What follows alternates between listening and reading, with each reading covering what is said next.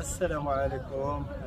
إلا كنت مثلا لا حسيت حمو غصد مساكة المقبرة تيليلا ندعى دا غندا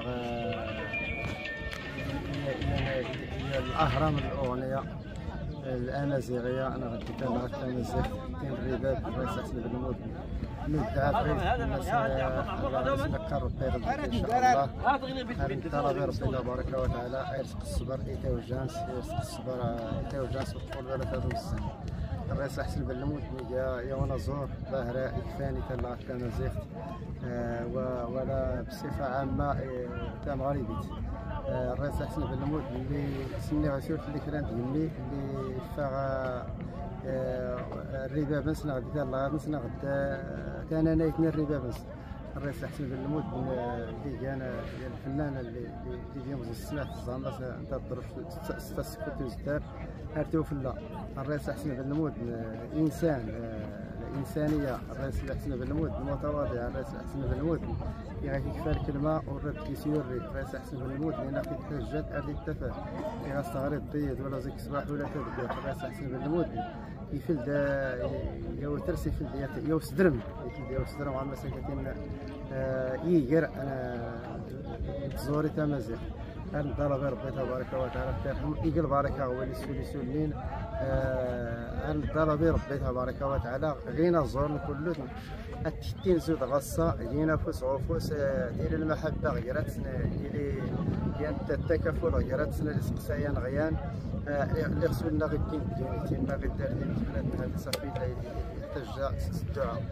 الضرب ربي تبارك وتعالى ترحم الجميع المامويه كلا ولا ماموتين ولا المغاربه كاملين ولا إيجار الزوري كراتيا من طنجة أرض قويرة. السلام عليكم ورحمة الله تعالى وبركاته. ربي الرئيس حسن هذا سيغفر ربي الزرام كلهم يدلي يضمني العدد المساكين اللي حاضرين غير هو السي عزيز بأن الحسن المود كان صديق ديالنا وسافرنا معاه وكان له دور كبير صراحة في إعطاء دفعة للفن الأمازيغي وخاصة الرويس. لأن في الرويس لأنه كان هو عماد، كان هو اللي كيفرش الأرضية ديال أي أغنية في الاستوديو، وكان فنان في الاستوديو.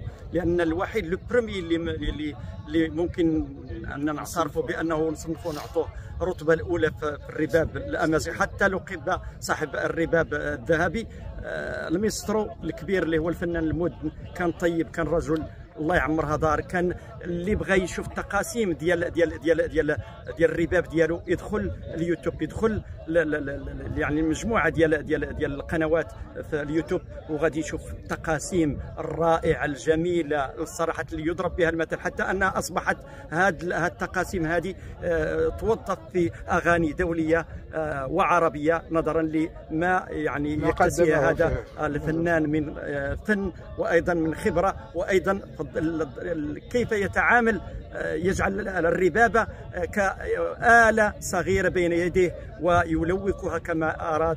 ولا إله إلا الله. نفقد اليوم فنان كبير، فنان لا يمكن أن يعني الفن الأمازيغي ينتج مثله. وخير دليل اللي هو معنا الآن رئيس عضو من أعضاء جمعية تاليلت، وأيضا صاحب الجمعية المعروفة بجهة سوسماس اللي هو إد حمو، اللي غادي يعطى الكثير على هذا الفنان. وهذه شهادة صراحة يشهد بها كل الفنانين، الشخصيات البارزة، لا أيضا الإعلاميين لا غير ذلك. وها معكم الفنان الكبير ديالنا. ايوا مسكين لو كون كان ما كانش ظريف مع الناس وهذا راه ما غاديش تشوف هذا الكم الهائل اللي حاضر ديال الناس.